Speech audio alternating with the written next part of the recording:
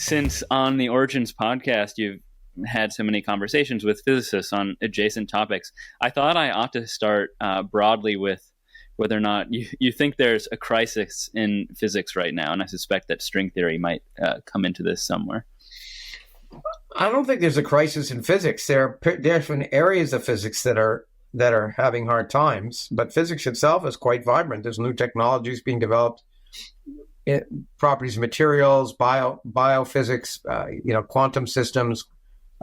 There's tremendous developments taking place, and they're exciting, a lot of them. Particle physics is in the doldrums, I would say, and has been, for lack of, comes back to what I said before, for lack of experimental evidence of things. The Standard Model, which is a book I wrote after the one you're talking about, but the book I wrote called The Greatest Story Ever Told So Far, is about the greatest story ever told so far. I think the greatest intellectual achievement of humankind is the Standard Model of particle physics, which explains 3 of the 4 forces of nature perfectly. And it came about in a sort of 10 to 15 year period. And it's remarkable. But since that Standard Model, there are lots of loose ends. And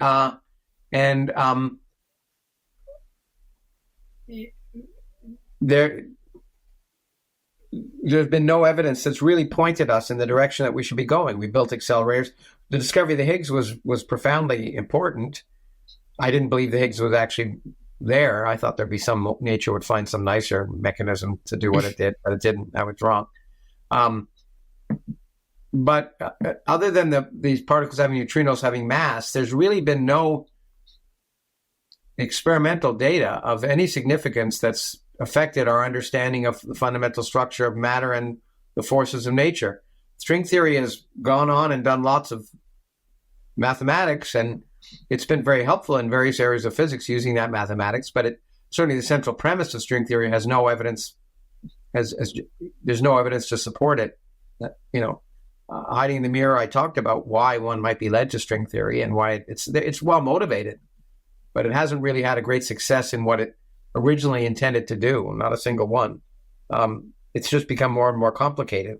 That doesn't mean it's wrong, but there's no evidence of it. And so particle physics per se is having a trouble. And I think that's one of the reasons many people have moved to the area that I was one of the people who sort of started in the early 1980s, the area of particle astrophysics, because I realized at the time, even in the early 1980s, that the universe, of course, was a particle physics experiment. It was performed, and now it was data analysis, and that one could look at the universe for evidence of things that you couldn't possibly test at accelerators.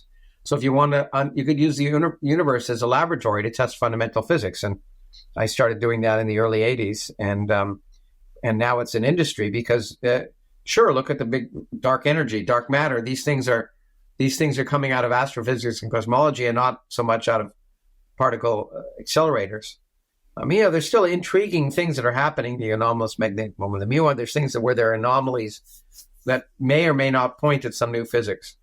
But it's been 40 years, and there really hasn't been anything significant. And I think that's hard times. The Large Hadron Collider has increased its luminosity and energy, and maybe it'll discover the particles that make up dark matter and supersymmetry, but there's been no evidence of it. And we all thought that if those things were around, supersymmetry, that would probably be the first thing that Large Hadron Collider would see, and not the Higgs. And so anyway, that's an area of physics that is problematic and has been and has sort of been mired in too much theory and not enough experiment. And whenever that happens, I think physics has problems.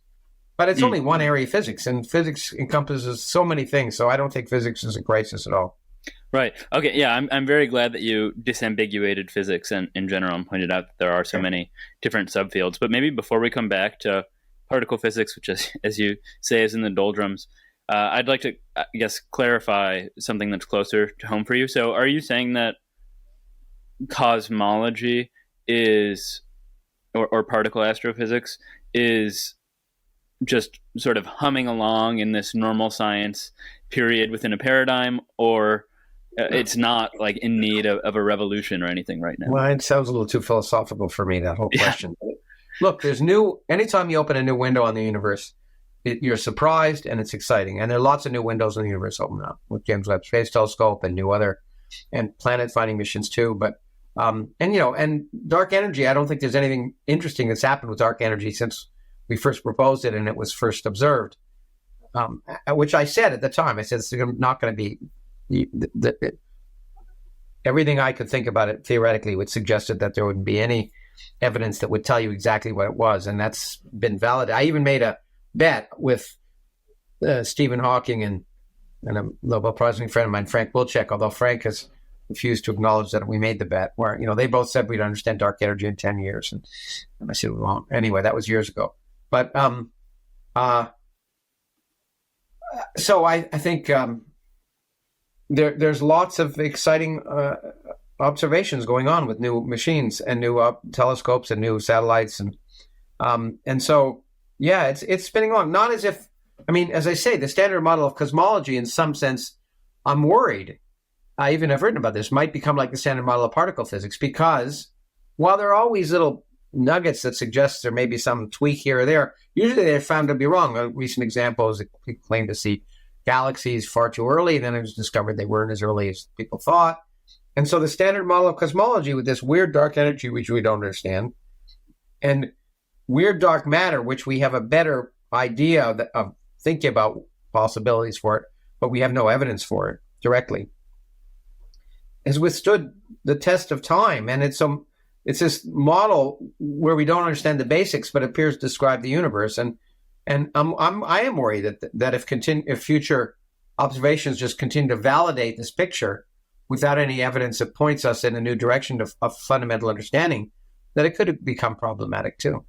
Do you have any hunches at the moment about dark energy or dark matter?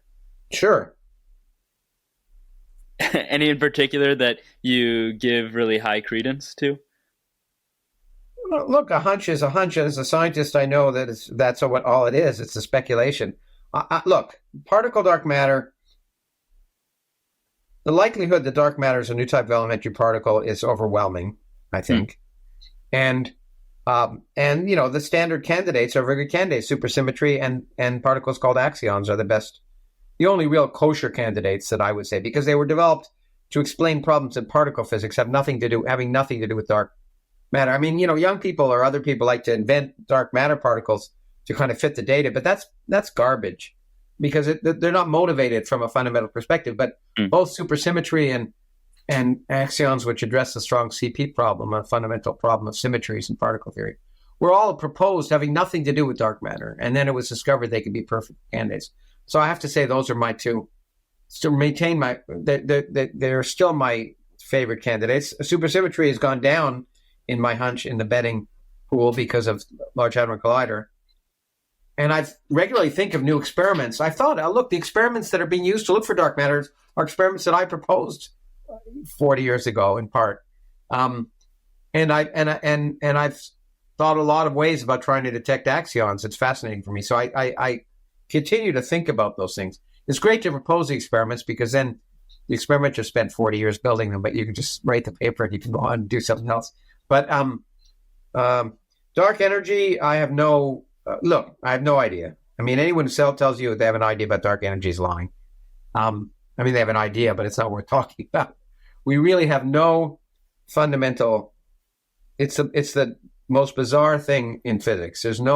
It's inexplicable in a fundamental way. Now, I proposed models for it and why you might understand why it's so small.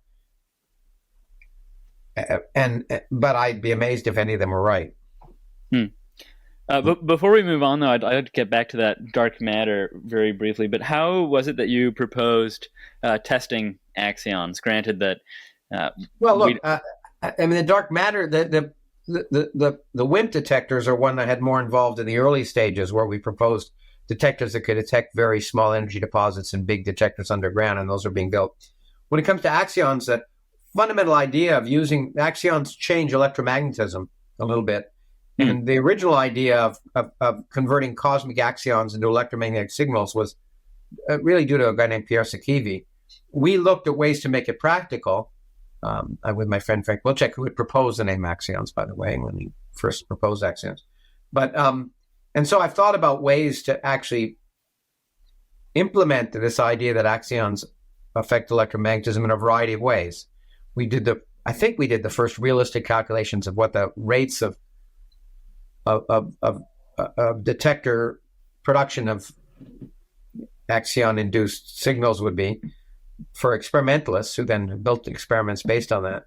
And those experiments keep getting refined. And I've proposed different kinds of experiments. Now I've been looking at lasers and I wrote a paper a few years ago on that, and it may or may not become useful. So I keep trying. It's a joy for me over the last 40 years to periodically learn enough about experiments to be able to propose, or learn enough about technology to be able to propose new possible experiments. And so we'll see.